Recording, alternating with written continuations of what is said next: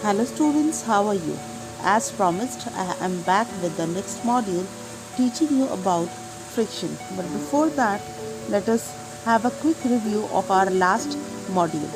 Well, in the last module, that is module number 2, we learned about friction and its types. Here in this module, we are going to learn about the advantages and disadvantages of friction.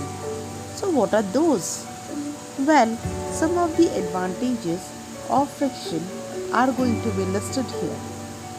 So the first example of advantage of friction is friction help us to walk on the ground.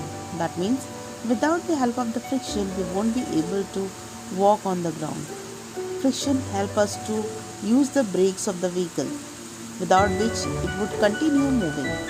With the help of the friction, we can write on the paper with the help of the pen or pencil. Without friction, running on the floor will be next to impossible and we won't be able to play also. Well, let us learn some more points about friction and in its disadvantages. As we all know, everything has its own advantages and disadvantages. Similarly, friction also holds few disadvantages. The first disadvantage of friction is it gives wear and tear to the machineries.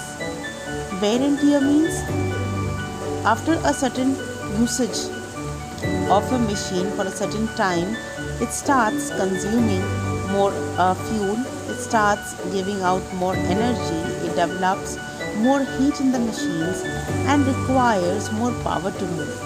Due to friction, noise is also produced and the machinery parts get ready to be repaired again. Well, all this is due to the disadvantages of friction. Let me give you a short example.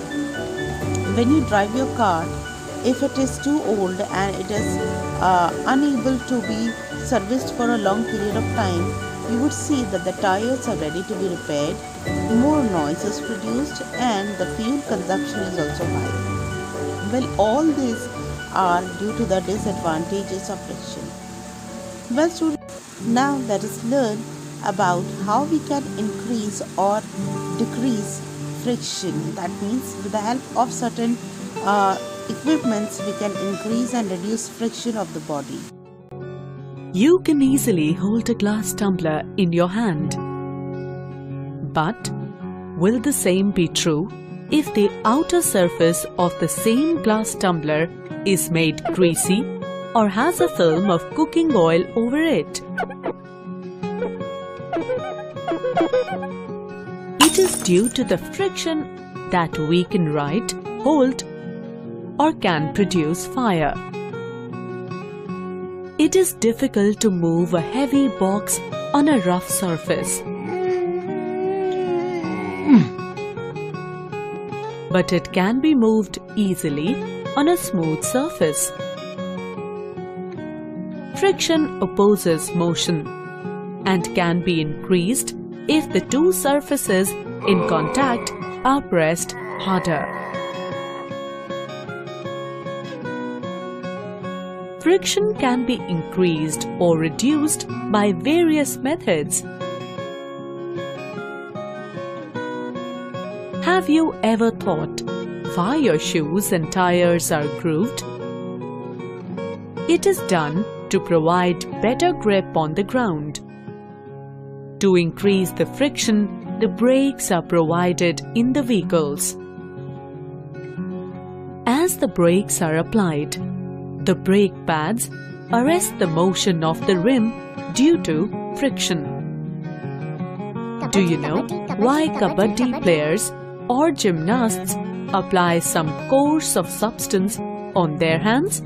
They do so to increase the friction for better grip. In many situations, friction is undesirable, and so it is necessary to minimize it. You must have played the game of carom. We sprinkle powder on the carom board to reduce the friction so that the striker and the carom coins move smoothly on the board.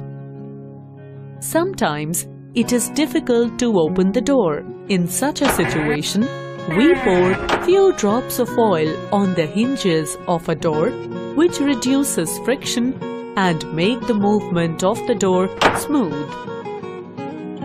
Due to repeated use, the friction between the moving parts of the machines increases, which reduces its efficiency.